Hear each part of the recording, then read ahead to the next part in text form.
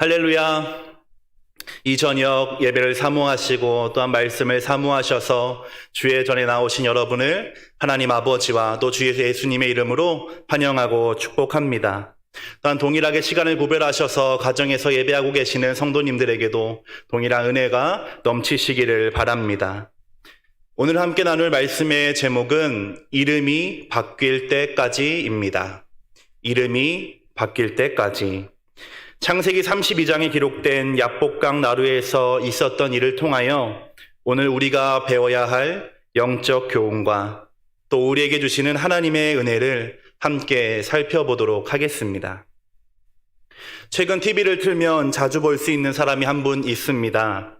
구 양배추, 현 조세호라고 불리는 코미디언 조세호 씨입니다.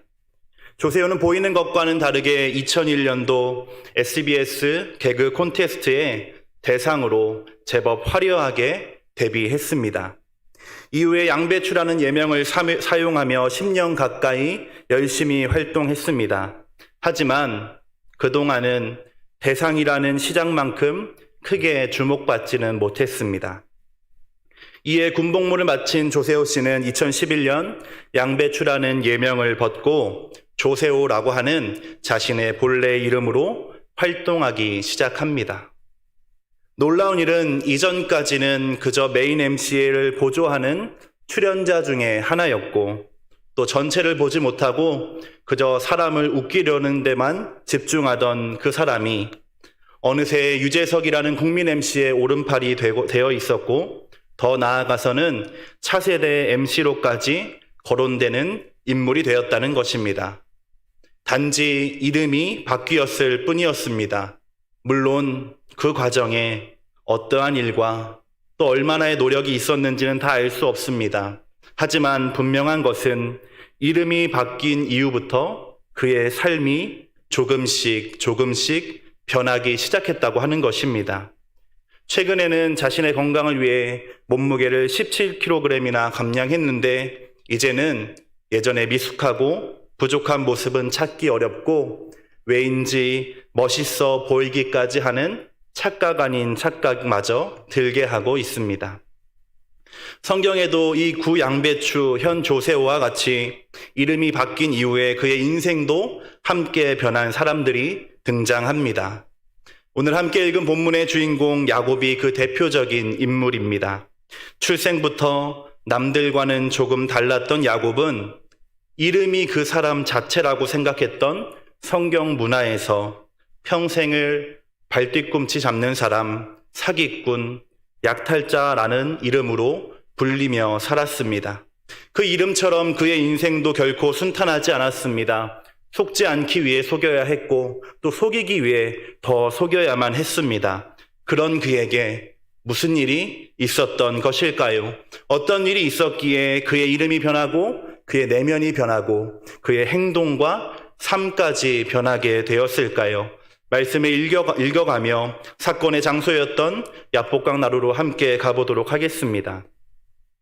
창세기 31장부터 33장은 야곱이 삼촌 라반의 집을 떠나 고향으로 돌아가는 여정이 기록되어 있습니다.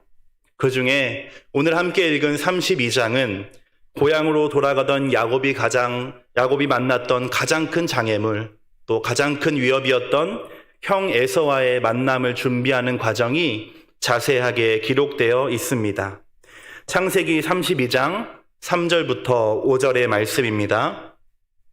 야곱이 세일 땅 에돔들에 있는 형 에서에게로 자기보다 앞서 사자들을 보내며 그들에게 명령하여 이르되 너희는 내 주 에서에게 이같이 말하라.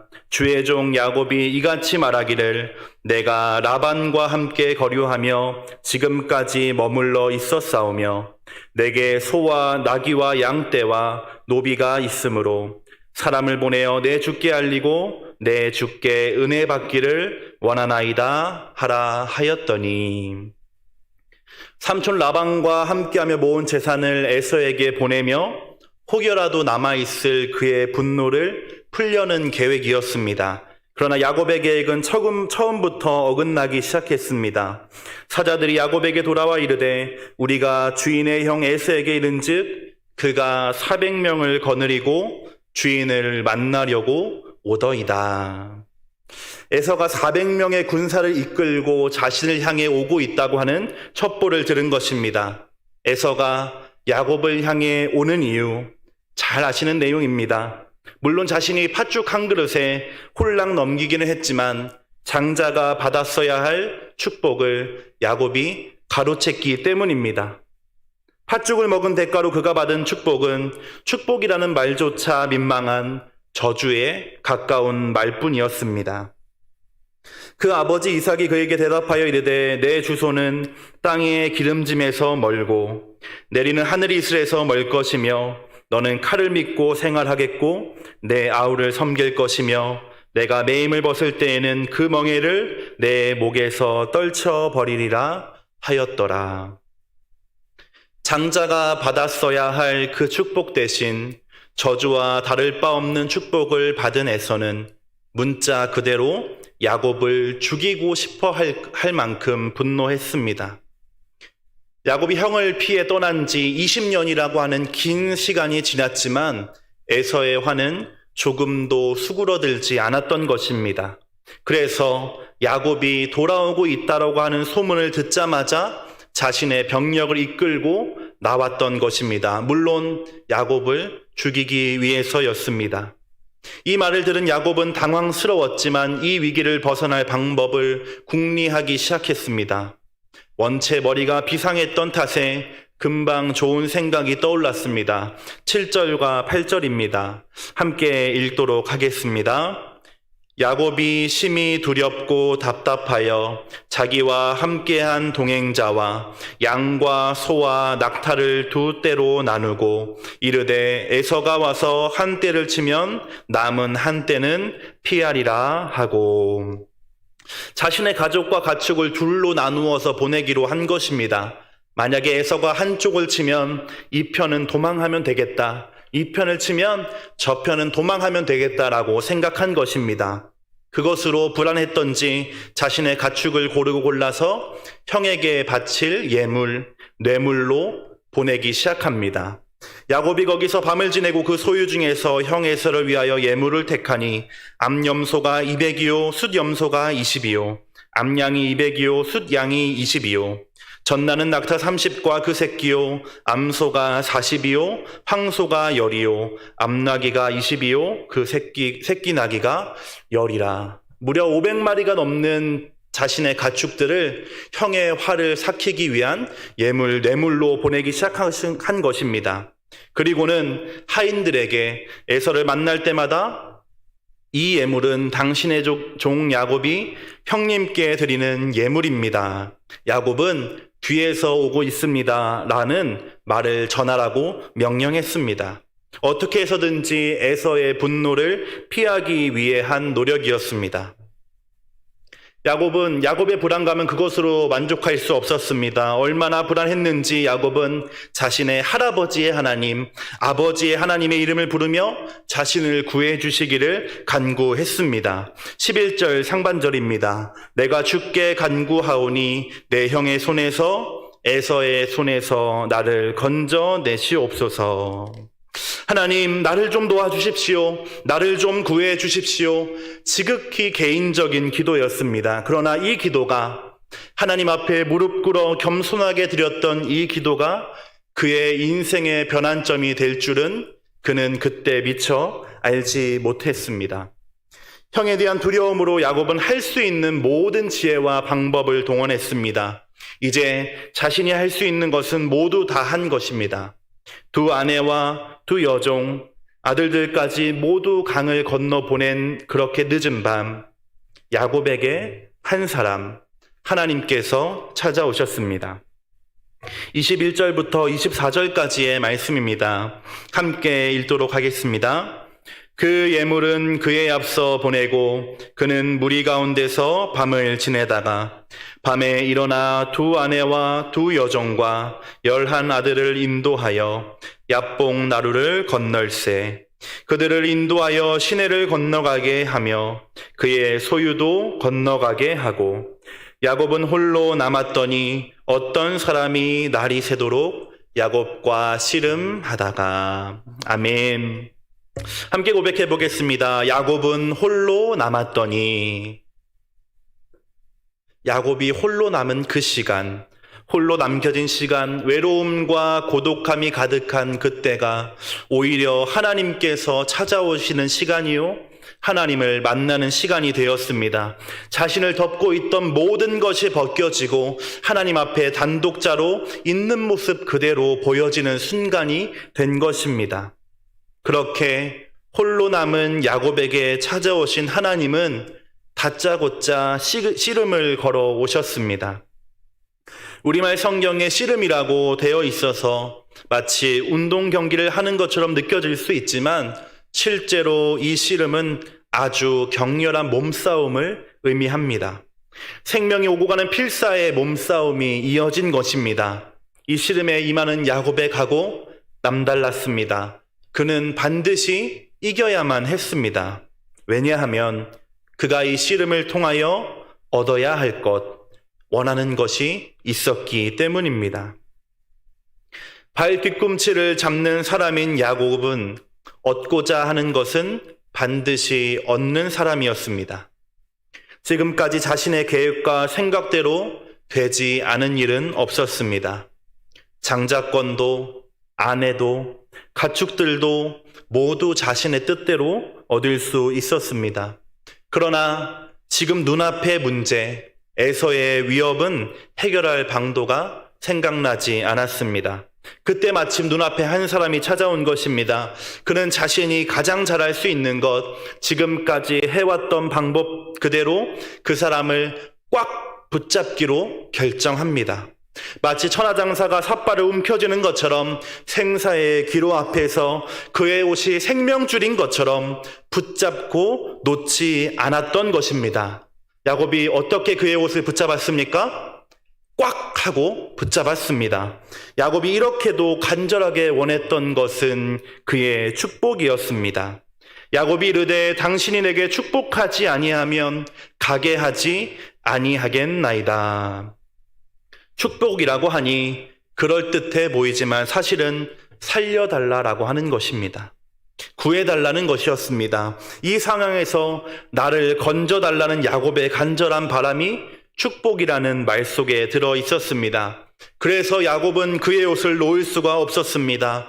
그 어느 때보다 야곱에게 축복이 필요했기 때문입니다. 야곱이 축복을 구한 이유, 그에게 축복이 필요했던 이유는 무엇이었습니까? 더 잘 먹고 더 잘 살기 위해서, 아니면 지금보다 조금 더 나은 삶을 살기 위해서? 결코 아니었습니다.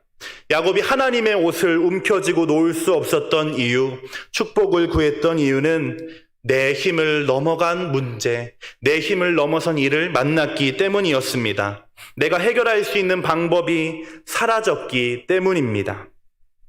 인생에 처음 맛보는 실패 앞에서 야곱은 간절히 기도하고 기적과도 같은 일이 일어나기를 기대하며 축복을 구했던 것입니다. 그렇게 야곱이 구했던 축복, 야곱의 기도 제목은 무엇이었습니까?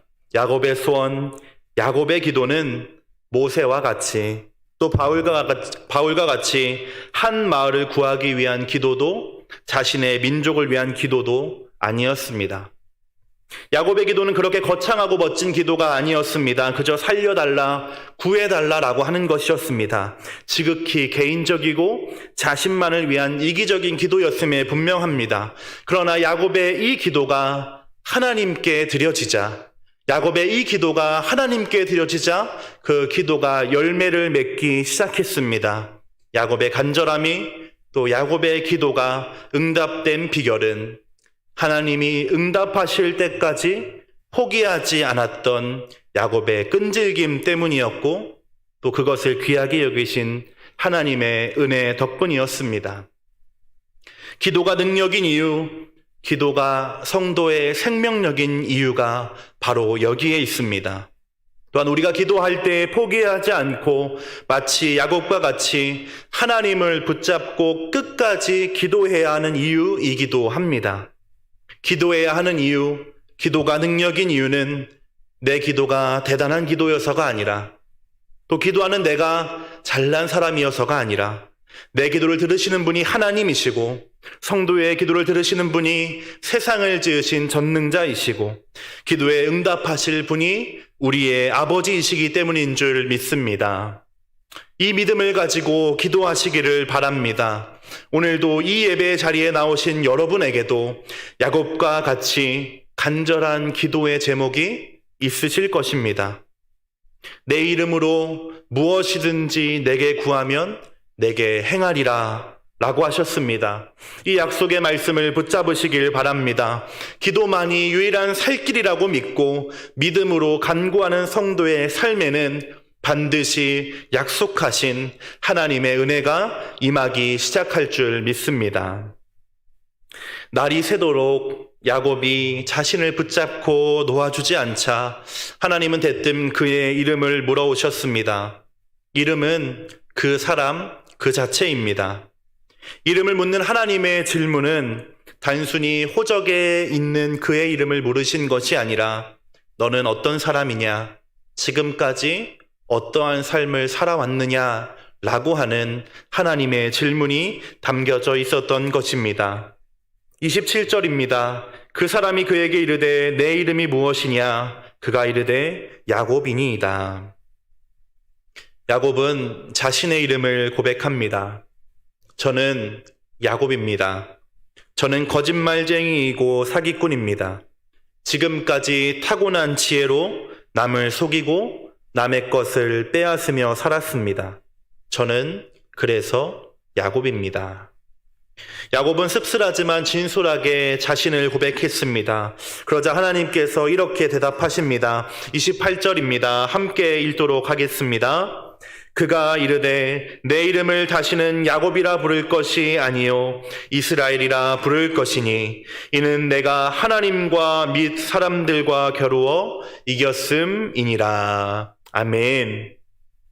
앞으로 다시는 너를 야곱이라 부르지 않고 이스라엘이라고 부를 것이다. 너는 더 이상 발뒤꿈치를 잡는 자요 남을 속이는 자가 아니라 하나님과 및 사람들과 겨루어 이긴 자라고 불려질 것이다. 아멘.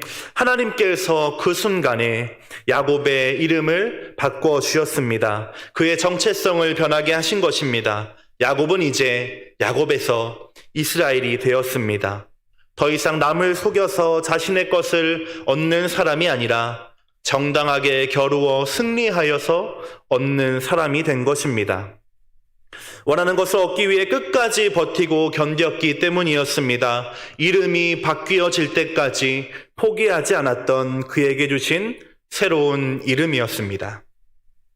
이 이름 이스라엘은 사람과 겨루어 이길 뿐만 아니라 하나님과도 겨루어 이기는 자라는 뜻을 가지고 있습니다. 사람과는 겨루어 이길 수 있습니다. 사람과는 자신의 힘과 능력을 드러내어 얻고자 하는 것을 얻을 수 있습니다. 그러나 사람이 어찌 하나님을 이길 수 있을까요? 하나님과 겨루어 이긴다는 것은 어떤 의미일까요? 하나님과 겨루어 이길 수 있는 방법, 사람이 하나님을 이길 수 있는 유일한 방법은 하나님께서 져주시는 것 뿐입니다. 자식 이기는 부모 없다는 말처럼 하나님께서 이스라엘의 부모가 되어 주셔서 그를 지키고 보호하여 주실 뿐만 아니라 그에 대해서는 언제나 져주시기로, 약자가 되어 주시기로 결정하셨다는 것입니다.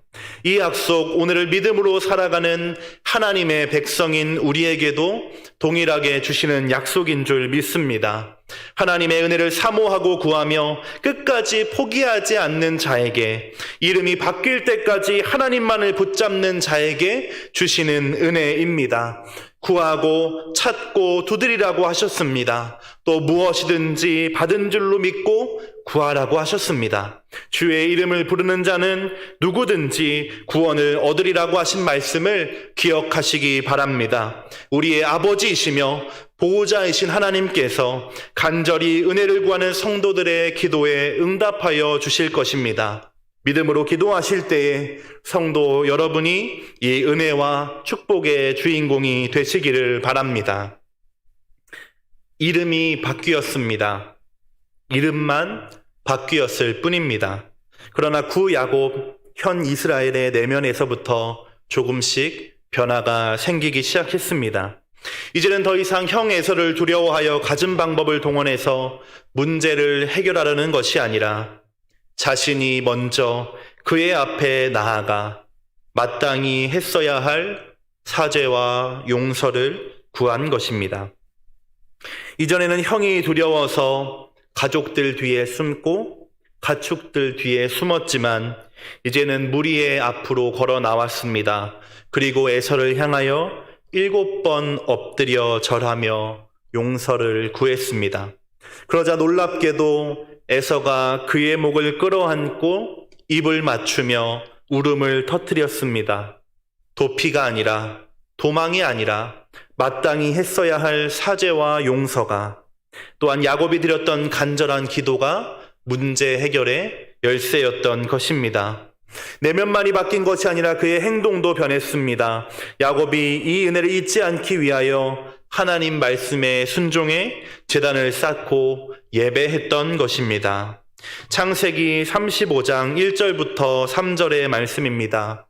뒤로 조금 넘어가셔서 함께 이 말씀을 읽어보도록 하겠습니다. 35장 1절부터 3절입니다. 함께 읽겠습니다. 하나님이 야곱에게 이르시되 일어나 베델로 올라가서 거기 거주하며 내가 내 형 에서의 낯을 피하여 도망하던 때에 내게 나타났던 하나님께 거기서 제단을 쌓으라 하신지라. 야곱이 이에 자기 집안 사람과 자기와 함께한 모든 자에게 이르되 너희 중에 있는 이방 신상들을 버리고 자신을 정결하게 하고 너희들의 의복을 바꾸어 입으라. 우리가 일어나 베델로 올라가자. 내 환난 날에 내게 응답하시며 내가 가는 길에서 나와 함께 하신 하나님께 내가 거기서 제단을 쌓으려 하노라 하매. 아멘. 바뀐 것은 이름뿐이었지만 그 이름을 바꾸어 주신 분 덕분에 하나님의 은혜로 그의 인생 전체가 변하기 시작했습니다. 그의 자녀들은 이스라엘 12지파가 되었고 그의 이름은 지금까지 이어져 오는 민족의 이름이 되었습니다. 사랑하는 성도 여러분, 오늘 하나님께서 우리에게 동일하게 질문하고 계십니다. 내 이름은 무엇이냐? 여러분이 대답하실 여러분의 이름은 무엇입니까?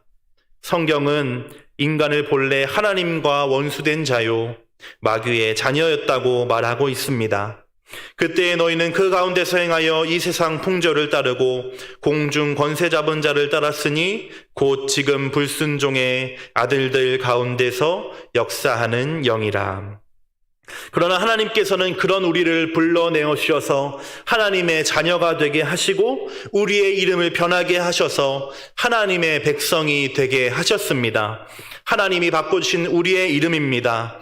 그러나 너희는 택하신 족속이요 왕같은 제사장들이요 거룩한 나라요 그의 소유가 된 백성이니. 아멘. 하나님의 감당 못할 은혜를 받은 우리 야곱이었으나 이제는 이스라엘이 된 우리가 할 수 있는 일, 또 해야 할 일은 야곱과 같이 하나님을 찬양하고 감사하며 하나님을 예배하는 일일 것입니다. 야곱과 같은 믿음으로 이름이 바뀔 때까지, 그렇게 하나님이 복을 주실 때까지, 간절한 기도가 응답될 때까지 포기하지 않는 자에게 하나님은 언제나 져주시기로 한 결정을 잊지 않고 기도하는 것입니다. 하나님은 이런 자들의 기도를 들어주실 뿐만 아니라 그들의 삶을 풍성한 은혜로 채워주실 줄 믿습니다. 끝으로 야곱이 주는 마지막 교훈입니다. 야곱이 하나님을 만났던 그날 밤 하나님은 그의 허벅지 관절, 한글 성경에 환도뼈를 쳐서 어긋나게 하셨습니다. 고관절이 탈골된 것입니다. 야곱은 이렇게 탈골된 관절 때문에 평생을 절뚝거리며 살아야 했습니다. 또한 성경에서 허벅다리는 한 사람의 생명력이며 그의 힘의 원천을 의미하는 부위입니다. 끈질긴 기도의 결과가 신체에 문제가 되어 돌아온 것이고 인생이 끝난 것과 같이 보였던 것입니다. 그러나 야곱에게 그 날의 일은 평생을 다리를 절며 살게 된 것은 오히려 믿음의 훈장과도 같은 것이 되었습니다. 야곱 자신이 구했던 복은 아니었지만 그것이야말로 하나님이 주셨던 진짜 복이었기 때문입니다. 야곱은 그날 밤을 기억하기 위하여 그곳을 브니엘, 하나님의 얼굴이라고 이름지어 불렀습니다. 그리고 그는 아침에 일어날 때마다 이렇게 고백했음이 분명합니다. 하나님, 저는 이제 제 힘으로 설 수도 살아갈 수도 없게 되었습니다. 그러니 언제나 하나님의 은혜로 산다는 것을 잊지 않도록 도와주옵소서. 나의 힘과 능력이 아니라 전능하신 하나님을 힘입어 하나님을 바라봄으로 이기며 살게 하여 주시옵소서. 이름이 바뀔 때까지 기도한 야곱의 믿음과 하나님의 은혜로만 살기로 결단한 그의 고백이 저와 여러분의 고백이 되기를 간절하게 소망합니다.